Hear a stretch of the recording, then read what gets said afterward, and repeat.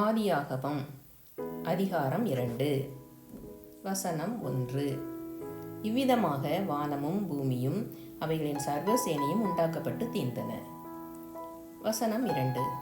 தேவன் தாம் செய்த தம்முடைய கிரியை 7ஆம் நாளிலே நிறைவேற்றி தாம் உண்டாக்கின தம்முடைய கிரியைகளையெல்லாம் முடித்த பின்பு 7ஆம் நாளிலே ஓய்ந்திருந்தார். வசனம் 3. தேவன் தாம் சிருஷ்டித்து உண்டு பண்ணின தம்முடைய கிரியைகளை எல்லாம் முடித்த பின்பு அதிலே ஓய்ந்திருந்தபடியால் தேவன் 7ஆம் நாளை ஆசீர்வதித்து அதை பரிசுத்தமாக்கினார். வசனம் 4. தேவனாகிய கர்த்தர் பூமியையும் வானத்தையும் உண்டாக்கின நாளிலே வானமும் பூமியும் சிருஷ்டிக்கப்பட்டு வரலாறு இவைகளே. வசனம் 5. நிலத்தினுடைய சகலவித செடிகளும் பூமியின் மேல் இன்னும் உண்டாகவில்லை, நிலத்தினுடைய சகலவித பூண்டுகளும் இன்னும் முளைக்கவில்லை. ஏனெனில் தேவனாகிய கர்த்தர் பூமியின் மேல் இன்னும் மழையை பெய்ய பண்ணவில்லை, நிலத்தை பண்படுத்த மனுஷனும் இருந்ததில்லை. வசனம் 6. அப்பொழுது மூடுபனி பூமியில் இருந்து எழும்பி பூமியை எல்லாம் நனைத்தது.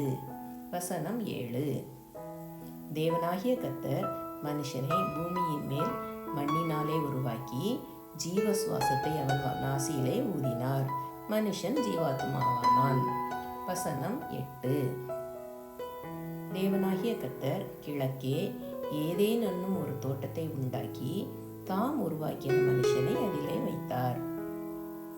வசனம் 9. தேவனாகிய கர்த்தர் பார்வைக்கு அழகும் புசிப்புக்கு நலமுமான சகலவித விருட்சங்களையும் தோட்டத்தின் நடுவிலே ஜீவ விருட்சத்தையும் நன்மை தீமை அறியத்தக்க விருட்சத்தையும் பூமியிலிருந்து முளைக்க பண்ணினார்.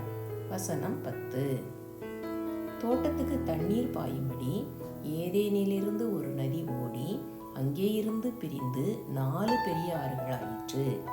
வசனம் 11.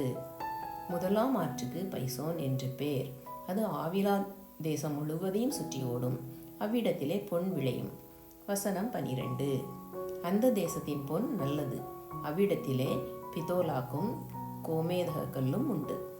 வசனம் 13. இரண்டாம் ஆற்றுக்கு கீகோன் என்று பேர், அது எத்தியோப்பியா தேசம் முழுவதையும் சுற்றி ஓடும். வசனம் 14. மூன்றாம் ஆற்றுக்கு இதக்கேல் என்று பேர், அது அசீரியாவுக்கு கிழக்கே ஓடும். 4ஆம் ஆற்றுக்கு ஐபிராத்து என்று பேர். வசனம் 15. தேவனாகிய கர்த்தர் மனுஷனை ஏதேன் தோட்டத்தில் அழைத்து கொண்டு வந்து அதை பண்படுத்தவும் காக்கவும் வைத்தார். வசனம் 16. தேவனாகிய கர்த்தர் மனுஷனை நோக்கி, நீ தோட்டத்தில் உள்ள சகல விருட்சத்தின் கனியையும் புசிக்கவே புசிக்கலாம். வசனம் 17. ஆனாலும் நன்மை தீமை அறியத்தக்க விருட்சத்தின் கனியை புசிக்க வேண்டாம், அதை நீ புசிக்கும் நாளில் சாகவே சாவாய் என்று கட்டளையிட்டார். வசனம் 18. பின்பு தேவனாகிய கர்த்தர், மனுஷன் தனிமையாயிருப்பது நல்லதல்ல, ஏற்ற துணையை அவனுக்கு உண்டாக்குவேன் என்றார். வசனம் 19. தேவனாகிய கர்த்தர் வெளியின் சகலவித மிருகங்களையும் ஆகாயத்தின் சகலவித பறவைகளையும் மண்ணினாலே உருவாக்கி ஆதாம் அவைகளுக்கு என்ன பெயரிடுவான் என்று பார்க்கும்படி அவைகளை அவனிடத்தில் கொண்டு வந்தார். அந்தந்த ஜீவனுக்கு ஆதாம் எந்தெந்த பெயரிட்டானோ அதுவே அதற்கு பேராயிற்று. வசனம் 20. அப்படியே ஆதாம் சகலவித நாட்டு மிருகங்களுக்கும் ஆகாயத்து பறவைகளுக்கும் சகலவித காட்டு மிருகங்களுக்கும் பேரிட்டான். ஆதாமுக்கோ ஏற்ற துணை இன்னும் காணப்படவில்லை. வசனம் 21. அப்பொழுது தேவனாகிய கர்த்தர் ஆதாமுக்கு அயர்ந்த நித்திரையை வரப்பண்ணினார், அவன் நித்திரை அடைந்தான்.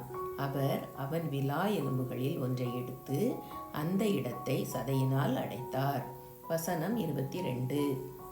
தேவனாகிய கர்த்தர் தாம் மனுஷனில் எடுத்த விலா எலும்பை மனுஷியாக உருவாக்கி அவளை மனுஷனிடத்தில் கொண்டு வந்தார். வசனம் 23. அப்பொழுது ஆதாம், இவள் என் எலும்பில் எலும்பும் என் மாம்சத்தில் மாம்சமுமாய் இருக்கிறாள், இவள் மனுஷனில் எடுக்கப்பட்டபடியினால் மனுஷி என்னப்படுவாள் என்றான். வசனம் 24. இதே நிமித்தம் புருஷன் தன் தகப்பனையும் தன் தாயையும் விட்டு தன் மனைவியோடு இசைந்திருப்பான், அவர்கள் ஒரே மாம்சமாய் இருப்பார்கள். வசனம் 25. ஆதாமும் அவன் மனைவியுமாகிய இருவரும் நிர்வாணிகளாயிருந்தும் வெட்கப்படாதிருந்தார்கள்.